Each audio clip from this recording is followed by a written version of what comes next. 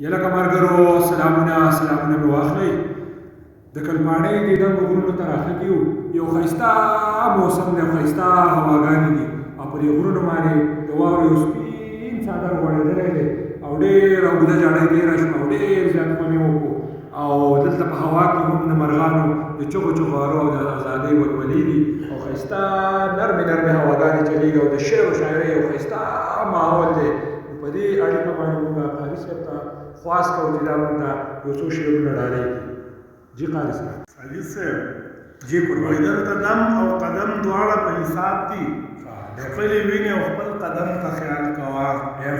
د حیوان او ځناور نه یره مه کړه، بس چې ګرځې بنیادم ته خیال کوه. د غریب په سر ورولېږه لکه تندر، چې مالدار محترم دی خیال کوه. چې د حق او د باطل اواز دې وکړو، چې د حق او د باطل اواز دې وکړو، د حق طرف نه بیا ماتم دې خیال کوه. دوباره نظر درګوري چې عزت ته دې په سپک نظر درګوري، بس همدغه د دشمن دې خیال کوه. چې حاجي صاحب شي او خوري پردي حقونه، یا ظالم په ټول عالم شي خیال کوه. چې د بل د خور او مور عزت ور لوټ کړي، بس د خپل خور دشمن دې خیال کوه. یاره قربان صاحب ډېر خدای یو ځل بیا ووایه چې د بل د خور او مور عزت ور لوټ کړي، بس د خپل خور دشمن دې خیال کوه. حق پرستو پسې ګرځه، ای سواتیه حق پرستو پسې ګرځه، هسې نه چې بند قلم شي خیال کوه. بل شعر دی وایي مینه په خوله وایي نور په زړونو کې نفرت دی. مینه په زړه وایي نور په زړونو کې نفرت دی. د الله مینه خالص وي دغه مینه کې عزت دی. مور او پلار به دې د مرګ نه وروسته لږه موده جاړي، چې لاړه ملګري انتظار د آخرت دی.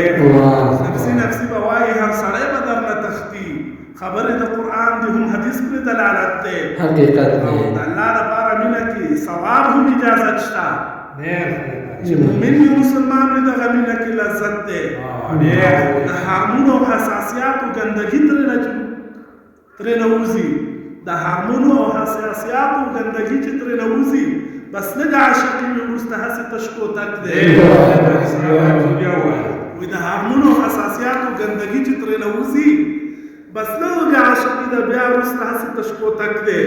سواتیه بس یو مینه د الله او د رسول ده، سواتیه بس یو مینه د الله او د رسول ده، دا نور هسې دعوې دي بس یو دغه صداقت دی.